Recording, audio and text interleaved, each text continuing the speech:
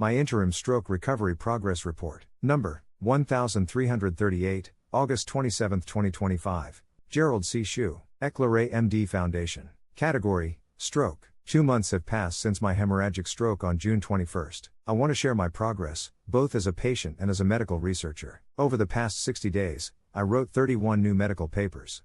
About one paper every 2 days. Before the stroke, my pace was a bit faster, about one every 1.5 days, but I am still very satisfied. Writing itself has been a powerful therapy. It keeps my brain active in areas responsible for thinking, comprehension, and invention. I also added other rehabilitation routines. Each day I spend about 2 hours reviewing photos, recalling old faces and events, listening to and identifying songs, and working on puzzle books designed for seniors. I even started teaching myself 5 new words of Japanese and Spanish daily, and sometimes I drive around just to practice, recognizing street names and familiar sceneries. My accuracy in these memory tasks improved from 90% 2 months ago to 100% now. That tells me neuroplasticity, the brain's ability to rewire itself, is working inside me. Another milestone is physical activity. At the end of June, I could only walk about 2,000 steps per day. By the end of August, I steadily built up to 10,000 steps daily. This moderate exercise not only helps my diabetes and cardiovascular health,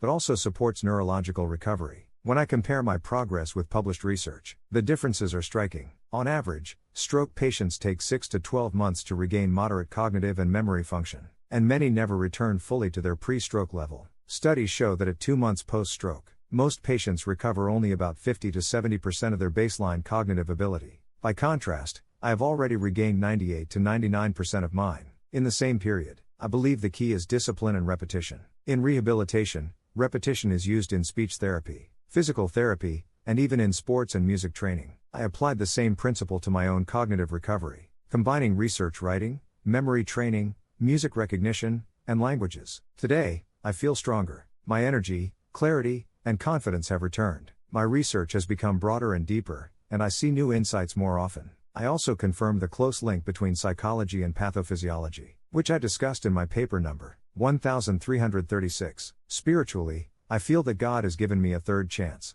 to be rescued not only from death but also from permanent disability. This means I must complete my unfinished mission, and even take on new ones, such as studying brain strokes and educating others on this subject. In conclusion, while most patients would still be struggling at this stage, I can honestly say my recovery results are both personally and clinically exceptional. The purpose of sharing this story is simple: to pass on the knowledge and experiences I have gained to anyone who cares about their own health and life. Additional information: my stroke was a hemorrhagic stroke, caused by the rupture of a blood vessel in my brain. The true reason was not long-term chronic hypertension, but an acute surge of blood pressure from emotional stress, which pushed the pressure beyond what my vessel walls could handle. My sleeping position did not cause the bleeding. For me, prevention now means avoiding sudden spikes of blood pressure and keeping my vessels flexible and healthy. When I sleep, it is safest to keep my head slightly elevated, about 20 to 30 degrees, to help lower brain pressure and improve circulation. By contrast, ischemic stroke happens when a clot blocks an artery in the brain.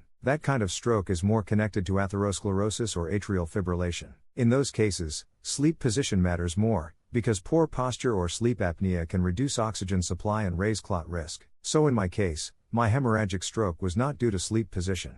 But during recovery, sleeping posture is still important. I avoid lying completely flat, and I do better if I sleep on my side or on my back with my head elevated. This way, I can protect my brain and reduce nighttime risks. Disclaimer: this content is for educational reference only and not medical advice. No doctor-patient relationship is created. You may share this summary freely, but it must not be edited or republished as your own.